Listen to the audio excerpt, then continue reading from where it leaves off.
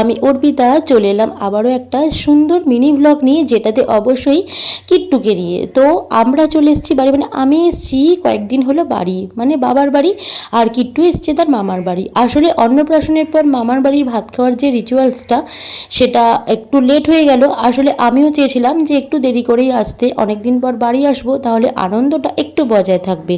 আর ওদিকে ছুটিও তো ম্যানেজ করতে হবে। তো যাই হোক, 2 মাস পর ছুটি অ্যারেঞ্জ করে চলে এসেছিলাম বাড়ি। এদিকে সকালবেলা চলে গিয়েছিলাম মর্নিং ডিউটি। তো মর্নিং ডিউটি করে বাড়িতে ফিরে চান টান করে খাওয়া দাওয়া করে আমরা বেরিয়ে পড়েছি। 3:30 লোকাল ট্রেনটাই আমরা ধরবো, যেহেতু প্রথম কিট্টুকে নিয়ে উঠবো, তাই কোনো রকম ভিড় ট্রেনে ওঠার আমাদের রিস্ক মানে আমরা নিইনি, তাই লোকাল ট্রেনটাই আমরা বেছে নিলাম। ওদিকে মা আমাদেরকে যেহেতু নিতে আসবে, তাই কোনো রকম অসুবিধা হয়নি। আর এদিকে কিট্টু না কেরিয়ারে উঠতে ভীষণ ভালোবাসে। ও জানে যে এই কেরিয়ারটা ঢোকা মানে আমরা কোথাও না কোথাও বেরোবো, এটা কিন্তু বুঝেই গেছে। তো যাই হোক, ও কিন্তু খুব আনন্দ করছিল ব্যাপারটা। সব থেকে বড় কথা, ট্রেনে উঠে ও চারিদিক দেখছে যে ব্যাপারটা কি হলো, এটা কোথায় এসে পড়লাম। আর ট্রেনটা কিন্তু আমরা একেবারে ফাঁকা পেয়েছিলাম। অন্যান্য সময় হয়তো লোকাল ট্রেনটা একটু ভিড় থাকতে পারে। জানেন, কিট্টু পেটে থাকতে আমি এই ট্রেনে প্রচুর ট্রাভেল করেছি, যেহেতু আমি ডক্টর বর্ধমানেই দেখাতাম, তাই কিট্টুকে পেটে থাকা অবস্থায় আমি ট্রেনে করে ট্রাভেল করেছি, ডক্টর দেখিয়েছি। আমি কিন্তু সব কিছুই জার্নিটা ভালোভাবেই সহ্য করেছি, তাতে কিন্তু আমার কোনো রকম প্রবলেম হয়নি। যদিও প্রেগনেন্সিতে সবাইকেই বলে সাবধানে থাকতে। যাই হোক, এখানে নেমে গেছি বর্ধমান স্টেশনে। আর ওদিকে মা চলে এসেছিলো আমাদেরকে রিসিভ করতে, যেহেতু আমরা এখান থেকে সোজা যাব বাড়ি, তাই মা বলেছিল কোনো রকম বাস অটো কিচ্ছু করার দরকার নেই, আমি গাড়ি নিয়ে যাব, ওই গাড়িতে করেই ফিরবো। তো এই যে গাড়ি আমাদের চলে এসেছি। আমরা সাধারণত এই গাড়ির মানে কাকুর সাথেই আমরা সব সময় সব জায়গায় যেয়ে থাকি। তো যাই হোক, এই যে এখানে লাগেজপত্র চাপিয়ে নিচ্ছি।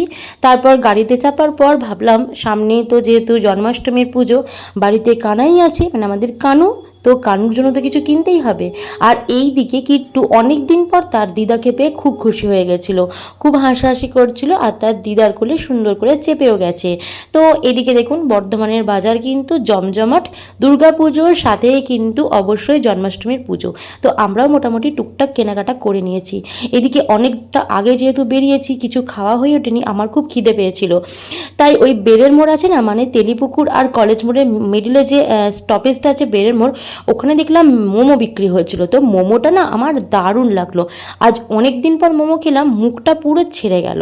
আর এটা হলো পরের দিনের সকাল, যেদিন হচ্ছে কিট্টু তার মামার বাড়ির ভাতটা আর কি খাবে দাদুর কোলে বসে। তো সকাল থেকেই দেখছি মা পুরো অ্যারেঞ্জমেন্ট শুরু করে দিয়েছে। মা একা হাতে পুরো ব্যাপারটা ম্যানেজ করেছে, পুরো রান্না বান্না সব কিছু। যদিও খাসির মাংসটা রান্না করেছিল বাবা, কিন্তু বাকি সমস্ত কিছু ভাজা ভুজি, রান্না, পায়েস সব কিছু মা নিজের হাতেই বানিয়েছিল।